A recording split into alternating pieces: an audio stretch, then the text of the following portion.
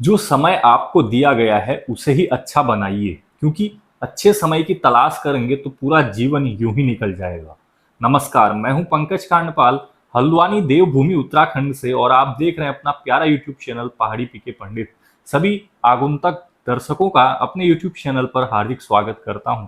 आज की चर्चा मकर राशि पर रहेगी। मकर राशि वर्तमान में हॉट राशि बनी हुई है, क्योंकि ग्रहों का ऐसा फेरबदल आपकी राशि में दिन का चैन, सुख और रात की नींद भी खोई हुई है।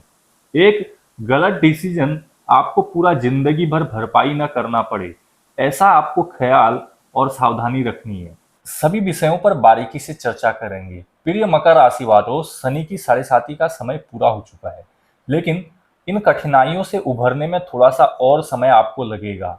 जिनकी कुंडली पर शनिदेव शुभ स्थानों पर बैठे हुए थे, तो उनका व्यापार, बिजनेस, नौकरी और कई क्षेत्रों में उनको लाभ भी हुआ। लेकिन जो साढ़े साथी में परेशान हुए या फिर शनि उनके अशुभ स्थानों पर बैठे हुए थे, तो उनको कई प्रकार की समस्याएं झेलनी पड़ी।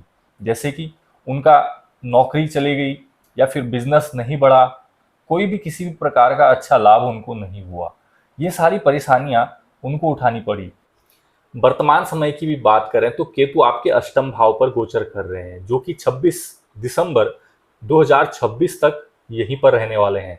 अर्थात पेट की समस्या, नाभि की समस्या, पेशाब में रोग व चोट भय, पेट, कब्ज, एसिडिटी, पथरी होना, पाइल्स, फिशर जैसी अनेक समस्याएं केतु की दशा में होते हैं। वहीं दूसरे ग्रह की बात करें तो अष्टम घर के मालिक सूर्य भी सप्तम भाव पर बैठे हुए हैं, जो कि बलहीन है।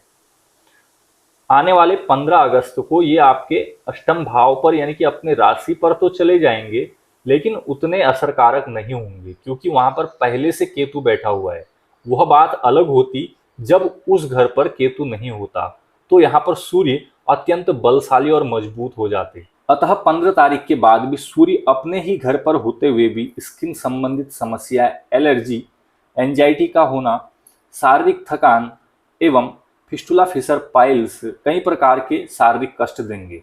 वहीं आपके 12वें और तीसरे घर का मालिक देवगुरु बृहस्पति वर्तमान में छठे घर पर गोचर कर रहे हैं, जो शत्रु, रोग, ऋण और चिंता को बढ़ाने वाला है। वहीं शुक्र की बात करें, जो कर्म भाव के स्वामी होते हुए भी आपके छठे ही भाव में गोचर कर रहे हैं। यहाँ गुरु और शुक्र आपस में इनकी मित्रता नहीं है। भले ही एक देवताओं के गुरु हों और एक राक्षसों के गुरु हैं, दोनों आपस में इनके भी अच्छे संबंध नहीं, और छठा स्थान वैसे ही खराब है। शुक्र छठे स्थान में होना यानी कि आपके साथ झूठ, छल और कपट हो सकता है। जब भी आप घर से निकलें तो लोग आपको ठगने के लिए तैयार बैठे होंगे। ऐसा इसलिए भी है क्योंकि आपके विद्या बुद्धि स्थान के मालिक भी शुक्र ही हैं, जो छठे भाव में बैठे हुए हैं। अर्थात आपकी डिसीजन लेने की क्षमता बिल्कुल कमजोर पड़ जाएगी।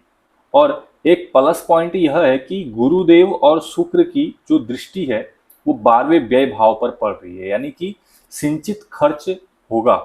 मजे की बात यह भी है कि आपके द्वारा धर्म और कर्म के कार्य होंगे। बृहस्पति की 10वें कर्म भाव पर दृष्टि होने से नौकरी, व्यापार में उन्नति तथा नौकरी में मान प्रतिष्ठा और कोई अच्छा पद आपको मिल सकता है। वही बात करें मंगल की, भाग्य स्थान आपके 9वें घर पर अपने शत्रु कन्या की राशि पर बैठा हुआ है। यहाँ से इनकी दृष्टि 12वें घर पर और चौथे घर पर जाती है, चूंकि व्यर्थ की यात्रा, भागदौड़ और खर्चा कराने वाला ग्रह है। साथ ही माता के लिए कष्टकारक है। और वहीं दूसरे ग्रह राहु की बात करें तो दूसरे धन भाव पर बैठे हुए हैं, और यहाँ पर बैठा हुआ राहु आपको पद, प्रतिष्ठा, सम्मान, आपके बिजनेस को आगे लेकर के जाने वाला है। लेकिन सावधानी यह रखनी है कि कोई भी रिस्की काम नहीं करना है, वाहन को बड़ी ही सावधानी से चलाना है। शनि की दृष्टि मंगल पर और मंगल की दृष्टि शनि पर, यानी कि षडाष्टक योग भी वर्तमान में चल रहा है। अब जानते हैं सिलसिलेवार राशिगत चर्चा। सबसे पहले बात कर लेंगे आपके बिजनेस और व्यापार की। व्यापार के जो देवता हैं वो बुध हैं, और बुध आपके सप्तम हाउस पर बैठे हुए हैं। लेकिन वर्तमान समय में बुध वक्री अवस्था पर चल रहे हैं। अर्थात आपको अपने कार्यों पर जल्दबाजी नहीं करनी चाहिए, साथ ही पुरानी गलतियों से कुछ सीखने का प्रयास करना चाहिए। जो लोग ट्रेडर्स का काम करते हैं, सामान को इंपोर्ट और एक्सपोर्ट का कार्य कर रहे हैं, सामग्रियों को मेकिंग का कार्य कर रहे हैं, सर्विस प्रोवाइडर हैं, कंसल्टिंग का काम करते हैं, टूर एंड ट्रेवल्स का काम कर रहे हैं उन लोगों को थोड़ा सा मेहनत करने की और अपने स्किल को और मजबूत करने की जरूरत है। वहीं देवगुरु बृहस्पति की बात करें तो आपके छठे हाउस पर वर्तमान में गोचर कर रहे हैं, जिनकी दृष्टियां आपके कर्म 10वें भाव पर और व्यय स्थान पर यानी कि 12वें भाव पर और दूसरे धन भाव पर भी रहेगी। यानी कि जो बिजनेस कर रहे हैं, जो काम कर रहे हैं, उसमें अच्छा पैसा आपको मिलेगा, पैसे की कोई कमी नहीं रहेगी, लेकिन हाथ रुकेगा नहीं पर खर्चा अधिक बढ़ेगा। इस महीने आप कोई रिनोवेशन का काम कर सकते हैं, कोई वाहन खरीद के घर ला सकते हैं, या फिर टूर ट्रेवल्स में जा करके आप कोई नए व्यक्तियों से मिलने का काम कर सकते हैं। 1 से 15 तारीख तक आपके 7वें घर पर बुध और आदित्य राजयोग बन रहा है, अर्थात आप बैंक संबंधित कोई कागज पूरे कर सकते हैं या फिर अपने प्रोजेक्ट को आगे बढ़ाने पर काम कर सकते हैं। कोई सरकार की तरफ से नया प्रोजेक्ट या फिर कहीं से कुछ नया टेंडर मिलने के भी योग हैं। वही बात करते हैं मंगल की, जो आपके भाग्य स्थान पर बैठे हैं, जिनकी दृष्टि 12वें घर पर और चौथे घर पर जाएगी, यानी कि व्यय स्थान पर और शुभ स्थान पर।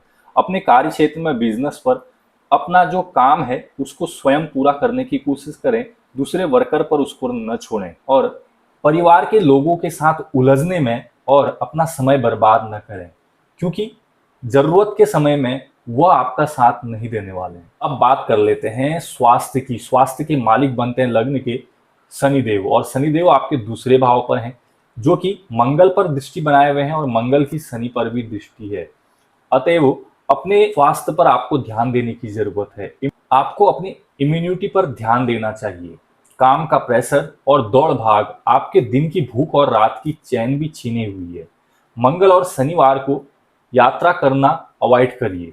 मंगल और शनि का यह दोष चोट और दुर्घटनाओं को निमंत्रण देता है, इसलिए लो और हाई ब्लड प्रेशर, पेट का ध्यान रखिए, एसिडिटी से बचिए, चाय की जगह पानी का अधिक प्रयोग करिए, घूमने जाइए, योग और प्राणायाम को अपनाइए, अपना समय पौधों के बीच भी बिताइए। साथ ही महिलाओं में मासिक धर्म की अनियमितता उनके मूड स्विंग का कारण बन सकता है। अपने पार्टनर के साथ बाहर घूमने जाइए, एंजॉय करिए और मूड को फ्रेश कीजिए।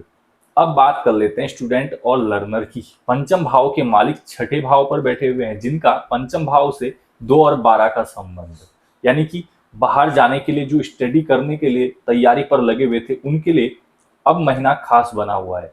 आप बाहर जाकर के स्टडी कर सकते हैं। साथ ही जो संगीत, कला, पेंटिंग, नृत्य, फिल्म मेकिंग, फैशन डिजाइनिंग से संबंधित कार्यों में जुड़े हुए हैं, उनके लिए यह महीना खास साबित होगा। साथ ही भाग्य स्थान पर मंगल की आपके पढ़ाई के घर नवम पंचम राजयोग भी बन रहा है। जो लोग पुलिस, फौज, एडमिनिस्ट्रेशन, सरकारी पदों के लिए तैयारी पर लगे हुए हैं, थोड़ी सी मेहनत ही उनको अच्छे मुकाम तक पहुंचा सकती है। बात कर लेते हैं लव, प्यार, रिलेशन और आपके पार्टनर की। पंचम भाव के मालिक शुक्र देव, जो कि बृहस्पति के साथ बैठे हुए हैं और यहाँ पर शंख और वैभव राजयोग भी बना रहे हैं, अतः आप अपने पार्टनर के साथ शॉपिंग करने के लिए, घूमने के लिए तथा एंटरटेनमेंट के नए नए मौके भी आपको मिलने वाले हैं। साथ ही शनि की 5वीं दृष्टि आपके पार्टनर के स्थान पर शारीरिक थकान, चिड़चिड़ापन, मूड स्विंग होना, हार्मोनल चेंजेस ला सकता है। काम कार्यों में, काम काजों में भाई बहन का भी पूरा सपोर्ट दिखाई दे रहा है।